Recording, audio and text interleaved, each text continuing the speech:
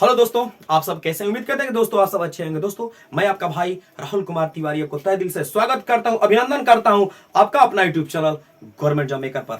दोस्तों यहां देखिए 6/2 ब्रैकेट में 1+2 इज इक्वल टू व्हाट? क्या लिखा है? Viral problem on Twitter. कहने का मतलब है मेरे भाइयों कि ये जो सवाल है अभी के डेट में, आज के डेट में ट्विटर पर इतना वायरल हुआ है, इतना वायरल हुआ है। क्यों? आखिर कारण क्या है इसके वायरल का? तो कारण है इसके एक नहीं बल्कि दो आंसर।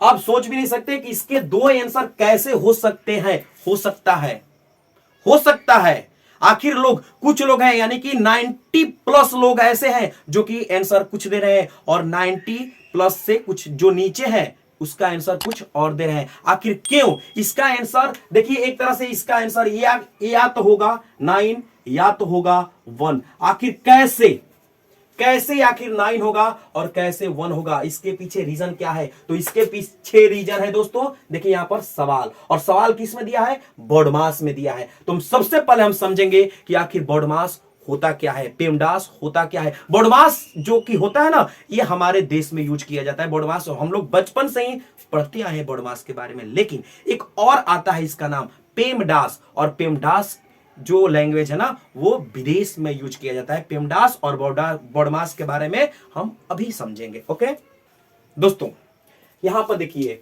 बॉडमास या ये लिखा है पेमडास। कहने का मतलब कि बॉडमास या पेमडास दोनों ही क्या होते हैं? सेम होते हैं। हमारे देश में बॉडमास बोला जाता है, जबकि विदेशों में पेमडास भी बोला जाता है। यहां देखिए बी का मतलब हुआ ब्रैकेट, बी का मतलब हुआ ब्रैकेट, और ब्रैकेट में बड़ी कोष्ठ, मंझली कोष्ठ, छोटी कोष्ठ या बार।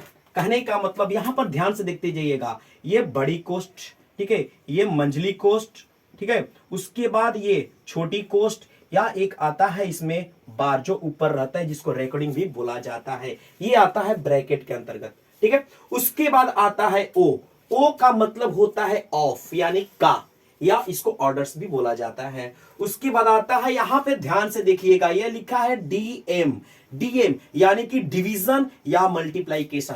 दोस्तों इसकी प्रायोरिटी जो होती है ना, एकदम सेम होती है। इसकी प्रायोरिटी सेम होती है, यानी कि मल्टीप्लाइकेशन से डिवीजन या डिवीजन से मल्टीप्लाइकेशन। इसलिए डीएम का मतलब क्या हुआ? तो मल्टीप्लाइकेशन, और इसका हुआ डिवीजन। उसके बाद आता है एडी, यानी कि एडिशन और सब्ट्रैक्शन। इसका भी जो प्रायोरिटी होती है ना, ये भी क्या होती है? सेम होती है। यहां पर ध्यान दीजिएगा। और एक चीज, ये कभी भी जब मूव करता है ना, तो कैसे मूव करता है? लेफ्ट टू राइट, यानी कि बाएं से दाएं मूव करता है। अब आइए यहां पर पी का मतलब क्या हुआ? पी का मतलब हुआ पैरेंथेसिस, और पैरेंथेसिस का भी मतलब वही होता है जो ब्रैकेट का मतलब होता है। उसके बाद है आपका एक्सपोनेंट्स, और एक्सपोनेंट्स का मतलब वही होता है जो आपका ऑफ या ऑर्डर्स का होता है। उसके बाद तो फिर वही है मल्टीप्लाइकेशन टू डिवीजन या एडिशन टू सब्ट्रैक्शन, यानी कि इसकी और इसकी ये क्या है? दोनों सेम ही है, ठीक है। तो इसकी जो प्रायोरिटी होती है वो क्या होती है? सेम होती है। इतना बात याद रखिएगा। और हाँ, कभी भी ये मूव करता है, देखिए यहाँ पे हम नोट में लिख भी दिए हैं कि if same presidents left to right. कैसे? ध्यान से देखिएगा। अगर हम यहां पर लिख दिया 5+3 - 2, कहने का मतलब कि सबसे पहले लेफ्ट टू राइट चलेंगे। ध्यान से देखिएगा, लेफ्ट टू राइट, तो क्या होगा? 5 और +3 हो जाएगा आपका 8, और 8 में से -2 करेंगे, इस तरह से आ जाएगा 6। ये हो गया इस तरह से इसका आंसर। दोस्तों तो शायद आप समझ गए होंगे बॉडमास और पेमडास के बारे में, ठीक है। अब हम लेंगे सवाल जो है उस पर आते हैं कि आखिर इसका ओरिजिनल जो आंसर है वो क्या होगा, ठीक है। सवाल पे आएंगे। सबसे पहले इंपॉर्टेंट है सवाल मेरा, जो कि बहुत ही झकझोर करके रख दिया है पूरे, ठीक है, वायरल है ट्विटर का।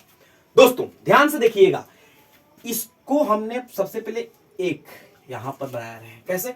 देखिए 6 डिवाइड क्या है? 2, ठीक है।